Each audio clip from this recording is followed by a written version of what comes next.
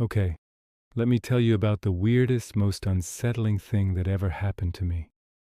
It started last Tuesday.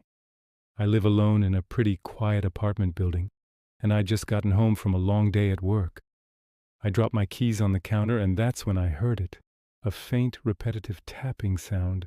Tap, tap, tap, coming from my bedroom closet. My heart instantly started pounding. I grabbed the heaviest thing I could find, which was a cast iron skillet, and slowly crept towards the bedroom door. The tapping was getting a little louder now, more insistent. Tap, tap, tap, tap, tap, tap. I took a deep breath, flung the bedroom door open, and flicked on the light. The room was empty. The tapping stopped. I checked under the bed, behind the curtains, everywhere. Nothing. My nerves were shot, but I figured it must have been the pipes or the neighbors. I tried to forget it and went to bed. The next night it happened again. Same time, just after I got home. Tap, tap, tap from the closet. This time I didn't hesitate.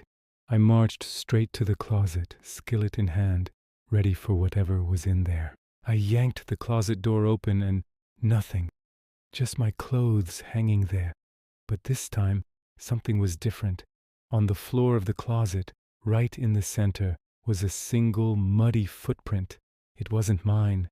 The shoe size was way too big, and the tread was from a heavy work boot. I completely freaked out.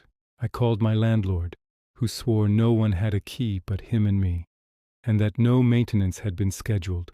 I spent the rest of the night with all the lights on, sitting on my couch staring at the closet door. The tapping didn't come back that night. The following day I decided I'd had enough. I was going to prove I wasn't crazy. I set up my phone on my dresser, pointing directly at the closet door, and set it to record before I left for work. When I came home that evening, the apartment was dead silent. No tapping. I felt a wave of relief. Maybe it was all in my head.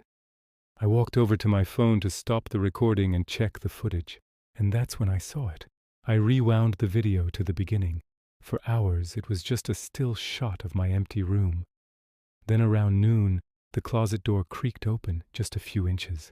I watched, frozen, as a pale, long-fingered hand reached out from the darkness inside.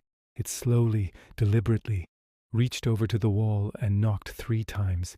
Tap, tap, tap. Then the hand retreated, and the door slowly swung shut. The video ended.